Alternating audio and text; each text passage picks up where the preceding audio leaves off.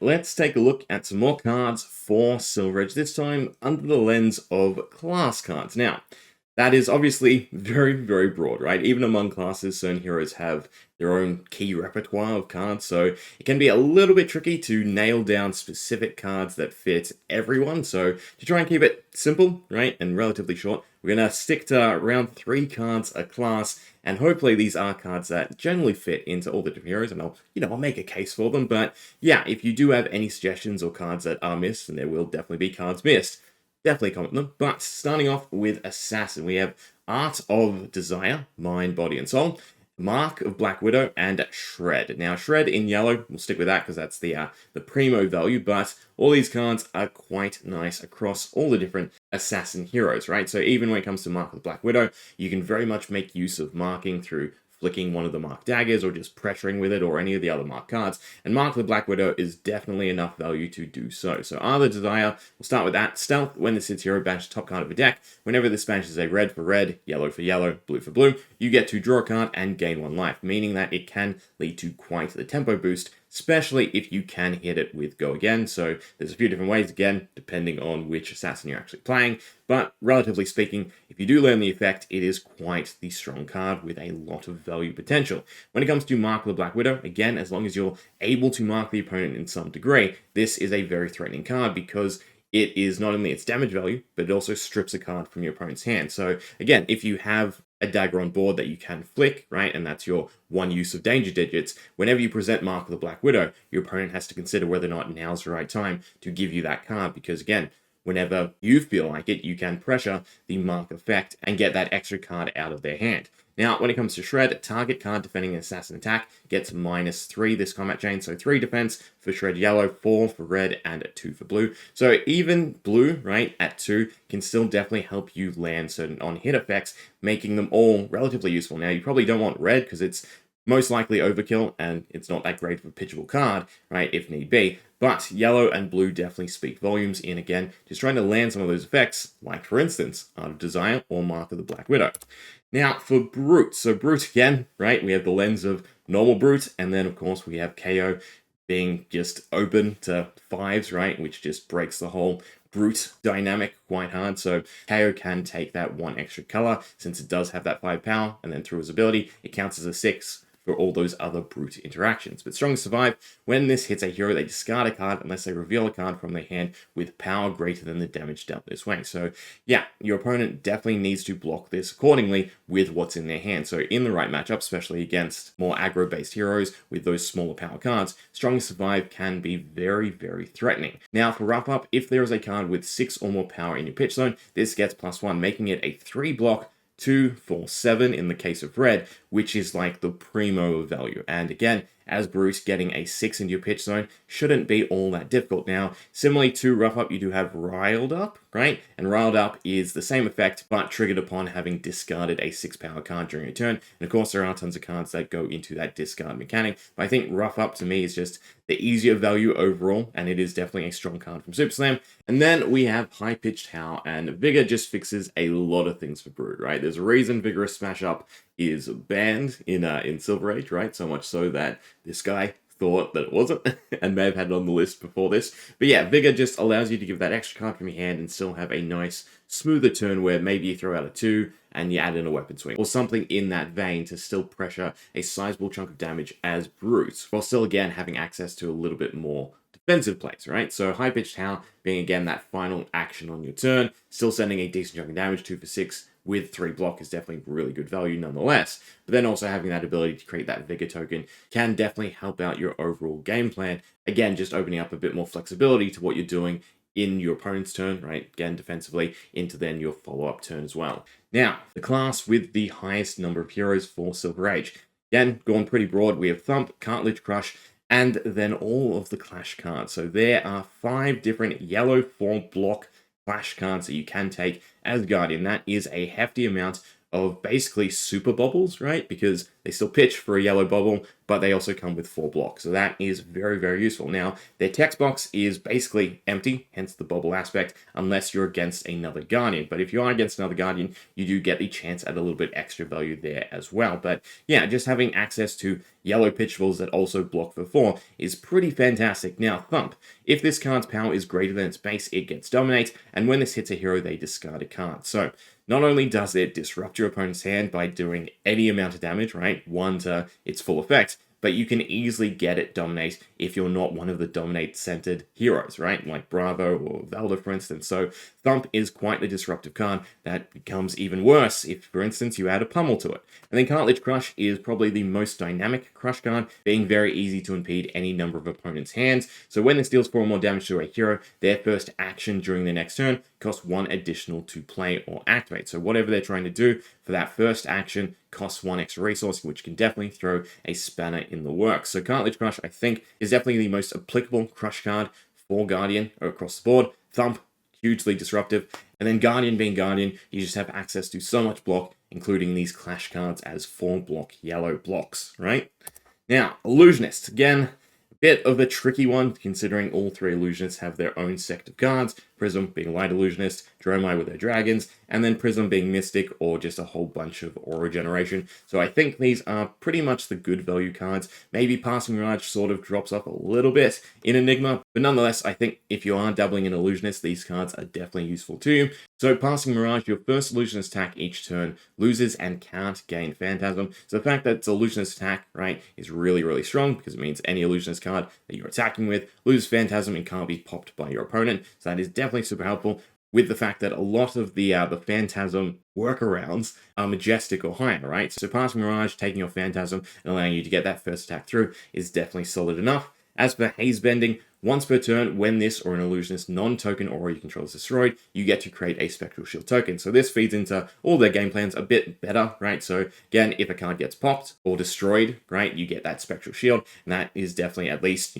some level of damage prevention, if not a new swingable for Enigma or maybe Prism, depending on what weapon you actually end up taking. And then Spears of Serality, despite its Phantasm, is a very high value Go Again card, right? So a 1 for 5 with Go Again is really strong to see, plus it has its 3 blocks. So yes, it can be popped by your opponent, but it's nonetheless still a good card to feed into whatever you're trying to do, offering a decent chunk of damage, and it doesn't have to be the first thing you do, right? You can go with something else into Spears, or even with Passing Mirage, you can take Phantasm off Spears and use it as your opening attack. Next up, we have Mech, and I'm breaking my 3-card rule. I'm going to do this again for Ninja, but for 0 to 60, we also have Zipper Hit and Throttle, all in red because they are essentially the high-value cards for Mech with Boost, or their version of Go Again, so to speak. But starting off, we have Boom Grenade as just a blanket damage boost over the course of your turn, or however long you have Boom Grenade stick around. So Crank, when this enters the arena, you may remove a Steam count from it to gain an action point, right? Essentially give it Go Again as you play it. And then this enters the arena with a Steam counter. At the start of your turn, destroy this unless you remove a Steam counter from it. So if you can get, extra counters onto it, or you don't have to crank it, it can last for 2 turns. Otherwise, most likely it's lasting for 1 turn. And then when a Mechanologist attack action card you control hits a hero, destroy this and deal X damage to them. 4 for red, 3 for yellow, and 2 for blue. So across the board, again, just because this sticks to every single attack you pressure with is really, really nice, right? Because that's a ton of value, right? A 4 Go Again is fantastic, and the fact that it's pressured with, the other 3 attacks you might be throwing out, the other 2 attacks you might be throwing out, definitely makes it really strong as an item. Then again, for 0 to 60, Zipper Hit or Throttle, we have our 0 for 4, 1 for 5, or our 2 for 6, all with 3 block, and Boost as, again, the Go Again mechanic for Mechanologist. We batch top card your deck. If it's Mech, then the card gets Go Again. So yeah, it's just the primo value for Mech. You'll see them in the majority of decks as just your staple attacks. And then lastly, we have Soup Up. If an item you control has been destroyed this turn, this gets Go Again. Otherwise, when this defends, it has Galvanize, and you may destroy an item you control, and if you do, it gains an extra 2 blocks. So these can be nice for block pieces if you do have that item to spare, right? So for instance, take Boom Grenade, say it doesn't land, right? You can still get that extra value out of it through a card like Soup Up. So despite it being destroyed at the start of your next turn, you might as well destroy it or scrap it, galvanize it, right, on your opponent's turn to get that little bit extra block. Other than that, in red, Soup Up has that 4 Go Again value if an item has been destroyed this turn. So that is definitely worth running depending on how you're utilizing your items. Now, Necro, right? Well, we only have the one hero. Gravy. Loot the hold, Avast G, and hoist them up. So loot the hold, your next pirate ally attack this turn gets, when this hits hero, they discard a card. If they do, create a gold token, so nice little pressure to disruption, and you do have some really sizable allies still to really just make your opponent have to block, right? Especially once you start eating through their equipment, loot the hold can just be that little bit added pressure. As for Avast G, your next pirate ally attack this turn gets to go again, and when this hits a hero, create a gold token. So this is one of your forms of basically just having a better tempo turn, where you can throw out an ally, attack with it, and then throw out another ally, right? So Avast G as a connecting dot, right, is definitely really solid. You still have access to Mage Master boots to turbo out allies themselves, so being able to swing with them as well is definitely nice enough. Then for Hoist them up, this is your defense card. When it's defense, you may tap an ally you control. If you do, this gets +1 block. Otherwise, it's still a red 4-block card, and that is definitely nice value for Silver Age. Now, for Ninja, I think Ninja and Wizard are the two classes where the heroes are quite diverse in what they run, right? You have Edge of Autumn, you have Daggers, you have Tigers, you have Phoenix Flames, and you have Draconic, essentially. So yeah, we'll probably just squeeze in a few more cards for Ninja if you don't mind. Starting off with the Edge of Autumn card. So if you do take Edge of Autumn as your weapon, you have access to Seek Vengeance and Legacy of Ikaru, and both of these cards are definitely really nice, right? So Seek Vengeance being a 0/4 go again if you have swung with Edge of Autumn before playing it. And then for Legacy of Ikaru, target ninja attack gets +1, and when this hits, if Edge of Autumn was the last attack this combat chain, you get to draw a card. So that is quite the tempo effect, being that +1 to try and make that attack land. Then if it does, as long as it has followed Edge of Autumn, you get that extra card to essentially replace Legacy. Other than that, it being a blue 3-block pitchball is definitely a strong utility card, again, if you are running Edge of Autumn. But if you're not, you're probably taking Daggers. If you're taking Daggers, you do still have access to some nice dagger cards, like Hurl to get the chip damage, Cut Through, get some value if your dagger hit has landed, and then Up Sticks and Run to either buff your dagger or retrieve a dagger depending on what you're doing with it. So again, in combination with one another, the whole dagger package definitely still has legs to it, despite not having Flick Knives as the repeatable form of damage, and then making cards like Up Sticks and Run a bit more necessary. So I definitely still think the dagger package is workable. But then in a little bit more of a general sense, we have Bittering Thorns and Salt the Wounds as some really nice ninja cards to include with whatever you're trying to do. So Bittering Thorns, a 1 cost when this hits, next attack this turn gets +1. So a 1/4 go again is already hitting breakpoint, forcing your opponent to block a little, and then it can help create another breakpoint attack, right? So you have access to a bunch of 0/3 go agains, right? So with Bittering Thorns, they become a 0/4, which can then either help you wear down your opponent's equipment or yoink those extra cards from their hand. But if you are landing attacks, then you have access to Salt the Wound. So this gets +1 for each attack that has hit this combat chain. So you can get Salt the Wound easily to be a 0/4, right? So that's nice enough, especially as a yellow. But if you are landing lots of stuff in a turn because your opponent got greedy, they're trying to hold their hand, then Salt the Wound becomes a really strong punish. Otherwise, it's your pitchable and a block card, right? So yeah, Salt the Wound definitely seems nice enough for Ninja. Now, for Ranger, we have Widowmaker, Take Cover, Dry Powder Shot, and Headshot. So Dry Powder Shot and Headshot, very similar, same effects, but one's a 1 cost, one's a 0 cost, right? So Widowmaker, defense reactions can't be played through Widowmaker's Chainlink, right? A little bit of protection, but that's not the main crux. If Widowmaker is defended by fewer than 2 cards, it has +3, right? So either it needs to be blocked by a card and an equipment piece, right? And you really just want to shred through your opponent's equipment, or you're trying to get at least 2 cards out of your opponent's hand, and that is quite the pressure, right? Through Widowmaker. So again, the red is a 1/7, unless it does get blocked by 2 cards, then it goes down to a 1/4. Yellow would be a 1/6, and blue would be a 1/5, still demanding, right, those extra cards from your opponent in order to negate its damage. Then a Take Cover is our 0 cost 4-block defense reaction, but also comes with Reload. So have it in your arsenal, use it to play around defense reactions or dominate, and then still stick an arrow into your arsenal for your next turn. Then Dry Powder Shot and Headshot, when it's put face up into your arsenal, it gets +2 this turn. So Dry Powder Shot is a 0/5, and Headshot is a 1/6. So definitely really strong stat values as attacks. Now, for Runeblade.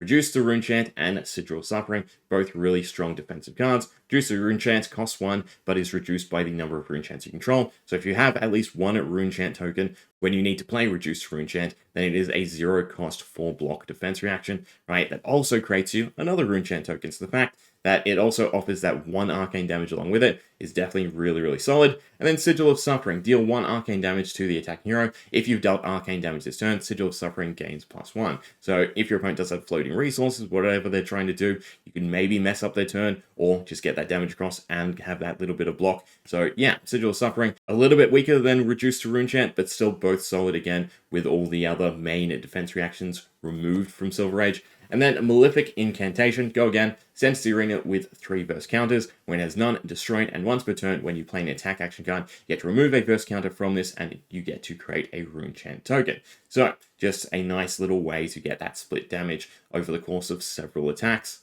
and several turns. So, definitely solid. Sees play, it got a reprint in Gem Pack. I think LSS stands behind it as a decent card, right? Now, for Thief, we are missing NIMBY, otherwise, even though it's a generic, I'd probably stick it here. I mean, we have Money of Your Life, although this does have some Thief interaction, but nonetheless, we have big boats and a little bit of Thief synergy. So Money of Your Life, when it hits hero, deal 2 damage to them, unless they give you a gold token they control, and if they don't have gold, then, it's just free damage. Now, if you're a Thief, you get to repeat this process once. So essentially, it's a 3 for 6 that if it lands and they don't have gold, does an extra 4 damage. That is quite the powerful card. And then for our boats, we have some just nice big cards that have either a way to get bigger or go again. So our Battalion, High Tide, if you have 2 or more blue cards in your pitch zone, this gets +2, so nice 4 for 9. Or Swiftwater Sloop, High Tide, 2 or more blues, it gets go again, so a 2 for 6 with go again is definitely solid enough. And these would be the type of cards you'd weave in with your rum generation and your NIMBYs and, smaller go again pieces, which are unfortunately toned down, but, not completely gone, right? You still, again, have pretty sizable damage, as well as access to a bit of tempo through Gold Kiss Rum and its go again generation as Scurv. Now, Warrior.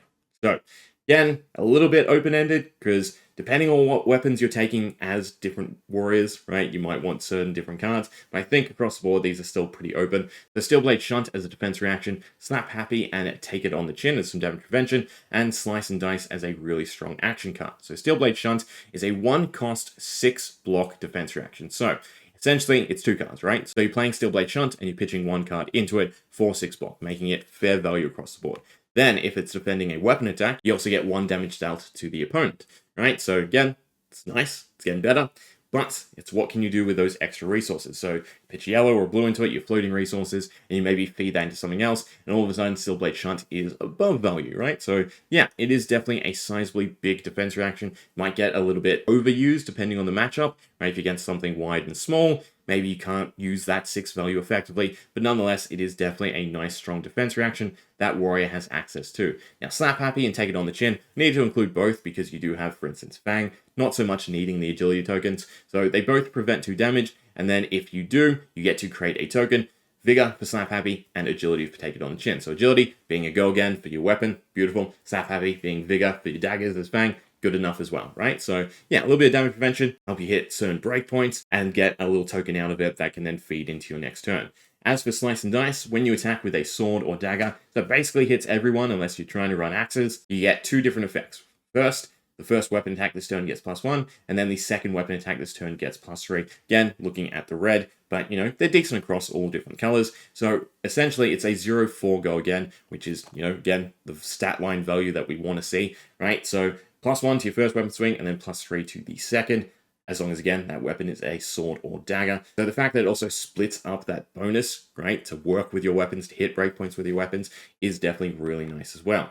Now, lastly, Wizard. So, again, a lot of variety here. You have just stock standard Kano pumping out arcane damage, Icelander with Frostbite, Verdance being a bit more tanky. You could still just take a full attack package, right, and throw in some spells just to chip down your opponent. Then, of course, Oslo being pretty much the same as well. But, again, you take smaller attacks with Go Again, and then arcane damage to finish it off. So, yeah, I think these are the open-ended cards, right? Arcane Twinning and Photon Splicing, both in blue, right? So these are your pitchables, your blockables. But if you're able to hold on to them, then you've got that instant discard and amp, right? Add 1 arcane damage to your next arcane damage dealing thing, right? So yeah, solid enough. And then Voltic Bolt is essentially your big arcane damage, right? So a 2 for 5 to get over whatever arcane barrier your opponent is taking and deal that chip damage. So we don't have access to those juicy 6s that we've been getting lately, but a 2 for 5 is good nonetheless, especially, again, if you're throwing on some of these amp effects. So yeah, it's pretty much your hardest hitting card that is strictly arcane damage,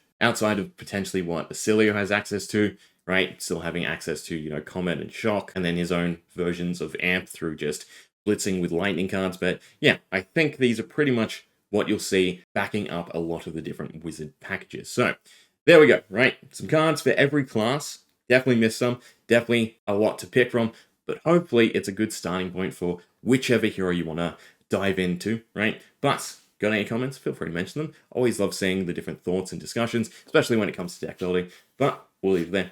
Hope you enjoyed. Yeah.